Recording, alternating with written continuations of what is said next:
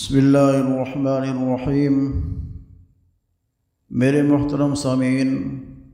حضرت آدم علیہ السلام کے واقعے کی آخری قسط ہے۔ اس پورے واقعے کے اندر تین مخلوقات کے متعلق گفتگو چلتی رہی۔ نمبر 1 انسان، نمبر 2 فرشتے اور ابلیس یعنی جنات کے متعلق گفتگو ہوئی۔ جہاں تک فرشتوں کا تعلق ہے وہ آپ نے سب سن لیا کہ فرشتے اللہ پاک کی ایک مستقل مخلوق ہے جو اللہ پاک نے نور سے پیدا کیا ان کو، اور فرشتوں کو اللہ پاک نے اپنی عبادت کے لیے خاص طور پر پیدا کیا ہے۔ اس لیے فرشتے کھانے پینے، ہر قسم کی طبعی ضروریات سے پاک اور بے نیاز ہیں۔ ان کو نہ بھوک لگتی ہے نہ پیاس لگتی ہے، ان کی دنیا میں کسی قسم کی کوئی ضروریات نہیں ہے، کوئی ضرورت وابستہ نہیں ہے، بلکہ وہ صبح شام دن رات ہر وقت اللہ پاک کی تسبیح کے اندر مشغول رہتے ہیں۔ اللہ پاک نے اس مخلوق کو معصوم پیدا کیا ہے، یہ کبھی بھی اللہ کی نافرمانی نہیں کرتے، نہ کر سکتے ہیں، یعنی ان کے اندر نافرمانی کا مادہ ہی نہیں ہے، اس لیے وہ اس پر قدرت ہی نہیں رکھتے کہ وہ اللہ کی نافرمانی کریں۔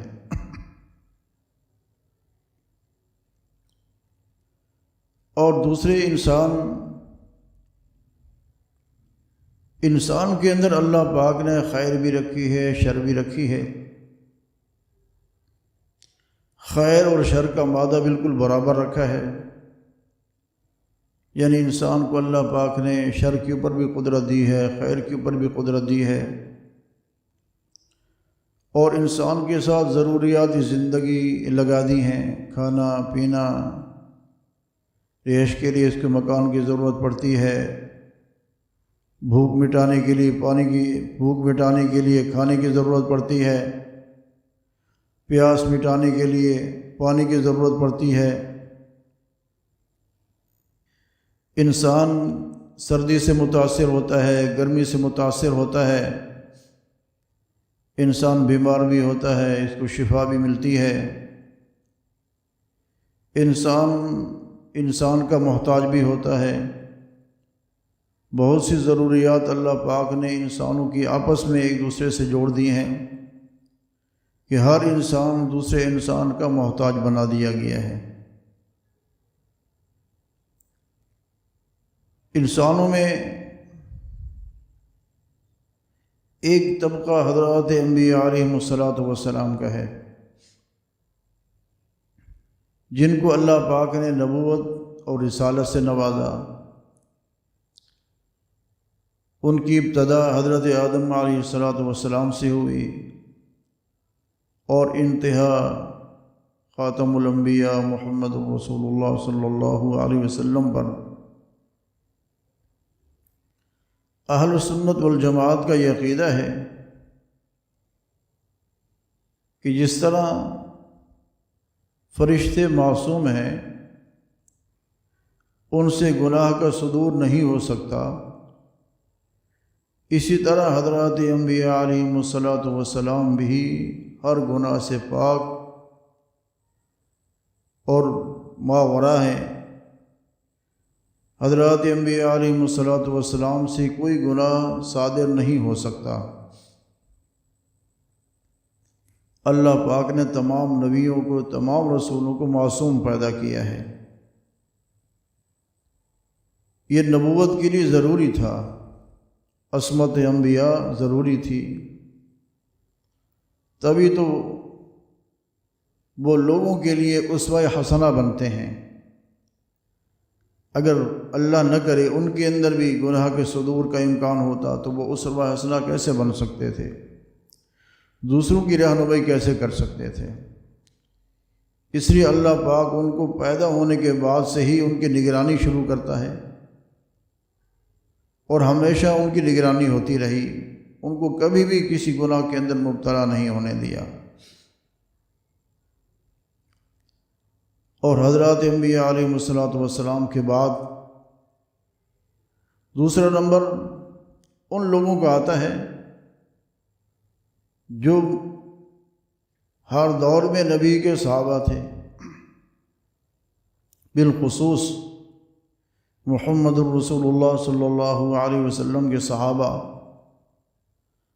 اہل سنت والجماعت کا صحابہ کے متعلق یہ عقیدہ ہے کہ وہ معصوم تو نہیں،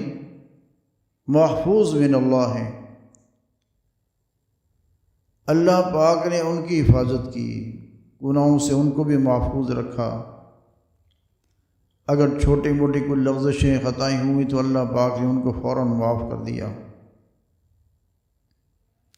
اس وجہ سے جس طرح اللہ کی ذات کے معاملے میں توہین کفر ہے، فرشتوں کی توہین کفر بنتی ہے، حضرات انبیاء علیہ السلام کے متعلق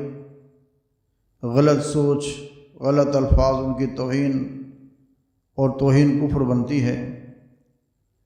اس طرح صحابہ کرام کے متعلق بھی نازیبہ الفاظ، ان سے بدگمانی، یہ بھی انسان کو کفر کے اندر مبتلا کر دیتی ہے۔ صحابہ کے متعلق بھی حسن ظن ضروری ہے، تمام صحابہ سے محبت ہو، پیار ہو، ان کا احترام ہو، اکرام ہو، کیونکہ وہ رسول اللہ صلی اللہ علیہ وسلم کے شاگرد اور آپ علیہ السلام کی مدد کرنے والے، نصرت کرنے والے، آپ کے ساتھ اللہ کے دین کو بلند کرنے کے لیے جہاد کرنے والے، اور ہمیشہ آپ علیہ السلام کی تعظیم کرنے والے، آپ سے محبت کرنے والے، آپ کا ساتھ دینے والے، آپ پر سب سے پہلے ایمان لانے والے، آپ کی مدد و نصرت کرنے والے تھے، اس لیے ان کا احترام بھی ضروری ہے۔ تو میرے دوستوں اور بھائیوں، تیسری چیز جنات ہیں۔ جنات بھی اللہ پاک کی ایک مستقل مخلوق ہے، جو آج کے ٹاپک کا یہ حصہ ہے۔ اسی طرح جن بھی اللہ تعالیٰ کی مستقل مخلوق ہیں، جس کی حقیقت تخلیق سے ہم پوری طرح آگاہ نہیں ہیں، نہ عام انسانی آبادی کی طرح وہ ہم کو نظر آتے ہیں، لیکن قرآن عزیز نے جو تصریحات اس مخلوق کے متعلق کی ہیں وہ ہمارے لیے ضروری قرار دیتی ہیں کہ ہم یہ اعتقاد اور یقین رکھیں کہ وہ بھی انسان کی طرح مستقل مخلوق ہیں، اور اسی طرح شریعت کے مکلف بھی، ان میں توالد و تناسل کا بھی سلسلہ ہے، اور ان میں نیک اور بد بھی ہیں۔ قرآن عزیز کی یہ آیات انہی حقائق کو واضح اور ظاہر کرتی ہیں۔ اللہ تعالیٰ ارشاد فرماتے ہیں، اور نہیں پیدا کیا ہم نے جن اور انس کو مگر تاکہ وہ عبادت گزار ہوں۔ ایک اور جگہ اللہ پاک ارشاد فرماتے ہیں، اے پیغمبر سب لوگوں کو بتا دو کہ میرے پاس خدا کی طرف سے اس بات کی وحی آئی ہے کہ جنات میں سے چند شخصوں نے مجھے قرآن پڑھتے ہوئے سنا، اور اس نے پیچھے اپنے لوگوں سے جا کر کہا کہ ہم نے عجیب طرح کا قرآن سنا جو نیک راہ دکھاتا ہے، سب ہم اس پر ایمان لے آئے، ہم تو کسی کو اپنے پروردگار کا شریک نہیں ٹھہرائیں گے۔ ایک اور جگہ اللہ پاک ارشاد فرماتے ہیں، اور بلا شبہ کچھ ہم میں سے فرما بردار ہیں اور کچھ بے انصاف۔ ایک اور جگہ اللہ پاک ارشاد فرماتے ہیں، بے شک وہ شیطان اور اس کی ذریات تم کو ادھر سے دیکھتے رہتے ہیں جدھر سے تم ان کو نہیں دیکھتے۔ ایک اور جگہ اللہ پاک ارشاد فرماتے ہیں، اور تھا ابلیس جنات میں سے، پس نافرمانی کی اس نے اپنے پروردگار کی۔ ان آیات سے یہ بھی معلوم ہوتا ہے کہ شیطان بھی جن ہی کی نسل میں سے ہے، اور ابلیس شیطان نے اللہ تعالیٰ کے سامنے خود یہ اقرار کیا کہ اس کی تخلیق نار یعنی آگ سے ہوئی ہے۔ مذکورہ بالا آیات کے علاوہ لفظ جن، جان اور جنہ 32 مرتبہ قرآن حکیم کی 31 آیات میں مذکور ہے۔ حاصل کلام یہ کہ قرآن عزیز اور نبی معصوم صلی اللہ علیہ وسلم نے ہم کو یہ اطلاع دی ہے کہ ملائکہ اور جن اگرچہ ہماری نگاہوں سے پوشیدہ ہیں، لیکن بلا شبہ وہ مستقل مخلوق ہیں، اور یہ حقیقت ہے کہ مشاہدہ میں تو غلطی کا امکان بھی ہے اور بارہا ہوتا رہتا ہے، لیکن وحی الہی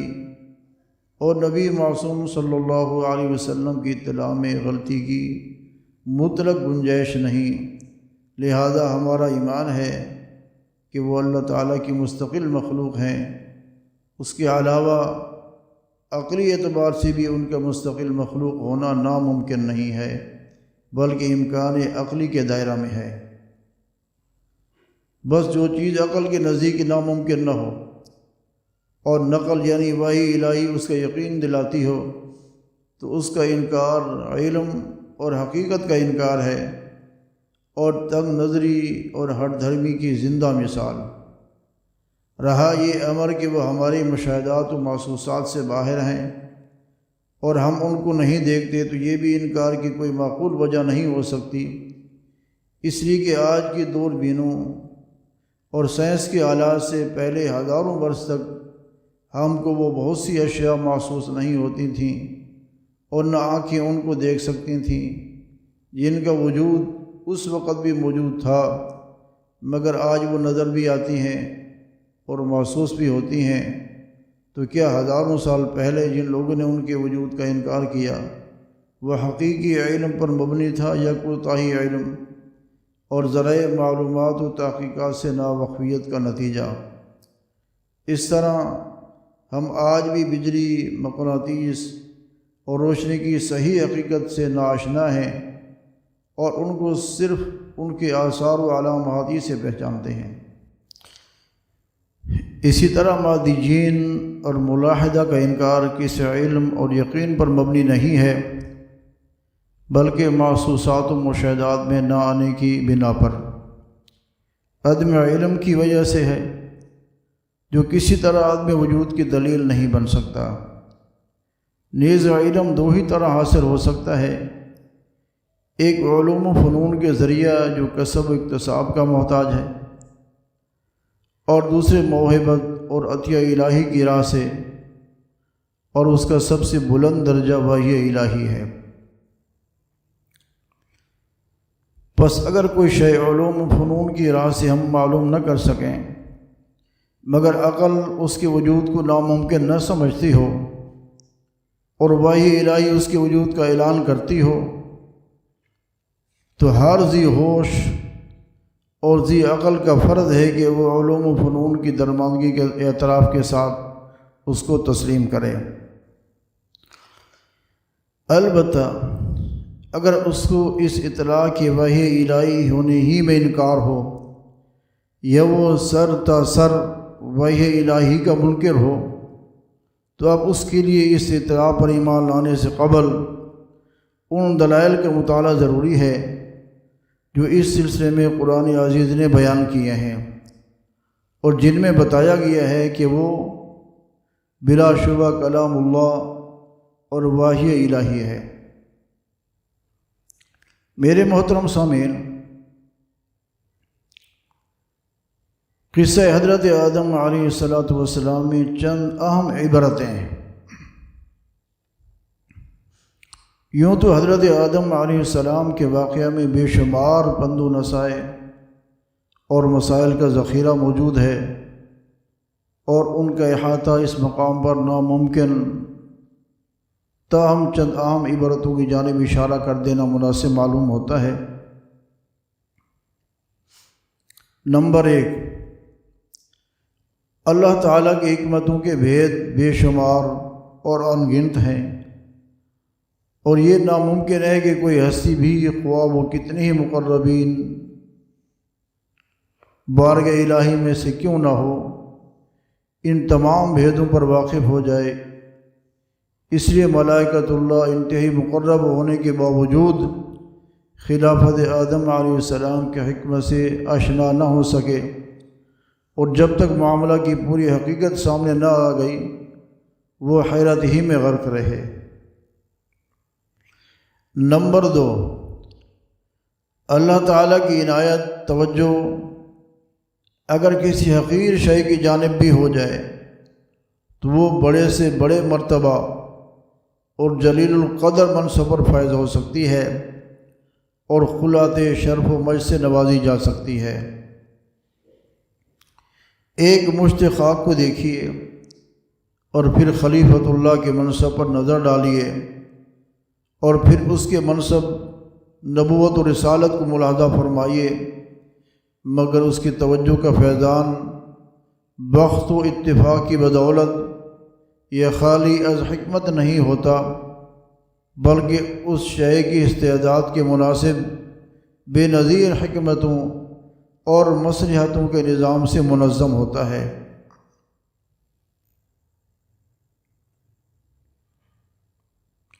نمبر 3،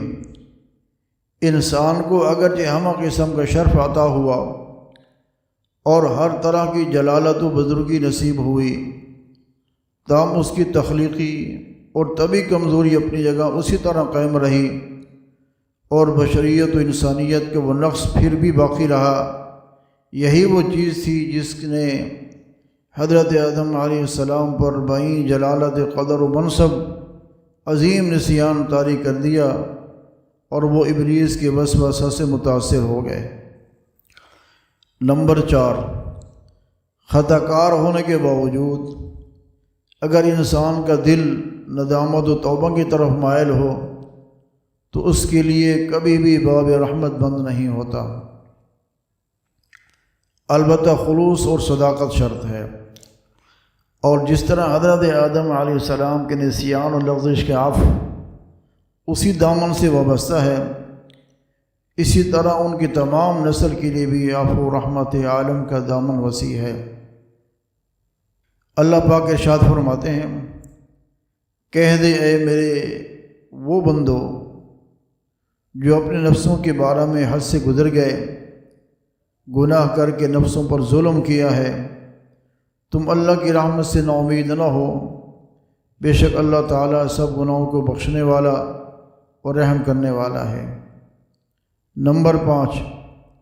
بارگاہ الہی میں گستاخی یا بغاوت بڑی سے بڑی نیکی